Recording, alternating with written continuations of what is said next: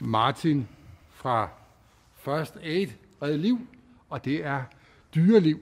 Hunde, katte, dyr i de almindelighed. Dyr i almindelighed. Primært så har vi fokuseret indtil videre kun på hund og kat. Man kan også godt nu få en bog, som man kan lære førstehjælp fra. Det er hvis rigtigt. ikke man har mulighed for at besøge dig. Vi har udgivet en undervisningsbog i førstehjælp til hunden.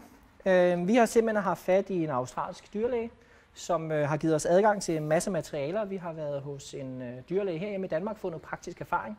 Og så er vi gået sammen med Dyrefondet om at få lavet de her kurser her, og om at ligesom udvikle det, så det bliver mere og mere, som vi kender det til mennesker. Vi støtter selvfølgelig også Dyrefondet med det, med 10% af overskuddet fra vores kurser. Og for hver gang man eventuelt køber en af vores bøger, så støtter vi også Dyrefondet med 10 kroner per bog, vi sælger. Men den bog her, det er, som vi kender, en almindelig førstehjælpsbog til mennesker.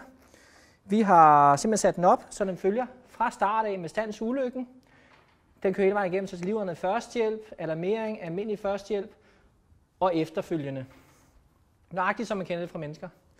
Man kan godt bruge bogen som et opslagsværk, men jeg vil så sige, selvom man læser bogen, så lærer man altså ikke førstehjælp af det. Man er nødt til at komme ud og få et hands-on kursus, praktisk kursus. Men det er en hjælp?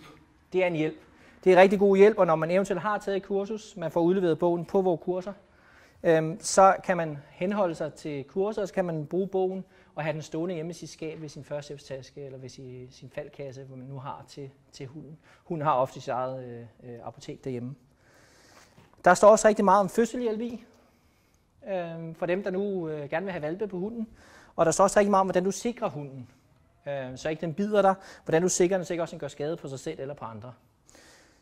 Og så står der, så er det simpelthen delt op i afsnit med fødselshjælp, med forbindinger, forfrysninger og almindelige skader. Alt er simpelthen stablet op fra vi kalder den egentlig, altså man kan sammenligne det med førstehjælpens ABC, som blandt andet forsvaret bruger den terminologi, altså alt fra start til slut. Hvordan siger du, man får fat i den? Den kan man også få fat i, ved man går ind på vores hjemmeside, eller ved man ringer til os. Og det er? Det er i vores hjemmeside, hedder firstaidredliv.dk. Det er så firstaid-redliv.dk. Og vores telefonnummer, det er så 20 71 31 65.